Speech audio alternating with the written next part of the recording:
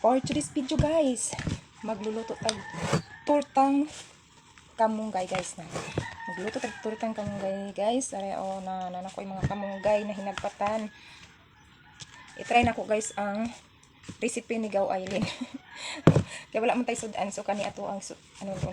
Nako diri breeding mix, mo ni ako ang ibutang.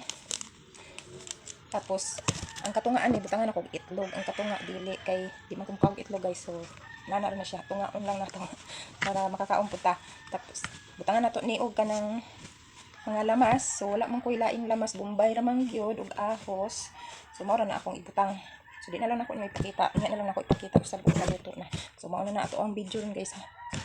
So magluto sa ta guys. Ito na guys, sinati ko na sa ano dalawa. Ito may itlog. Ito wala. So dinagdagan ko ng crispy fry kasi kala ko marami, konti lang pala oh. Ang konti lang. So, iprito na natin.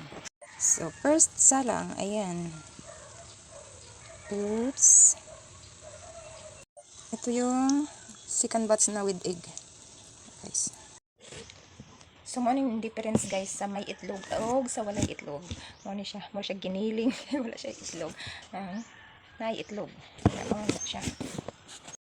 So, mauna guys ang walay itlog. So, usa ko nagsugod. Nagkalingaw sa kungit. Lami siya guys, in fairness, labi na kay hanghang siya. Kaya akong gibutang og crispy fry na spicy. Lami siya landanon. Kami, mo ang may itlog. Pero dili na ako. Tilawan ako may itlog.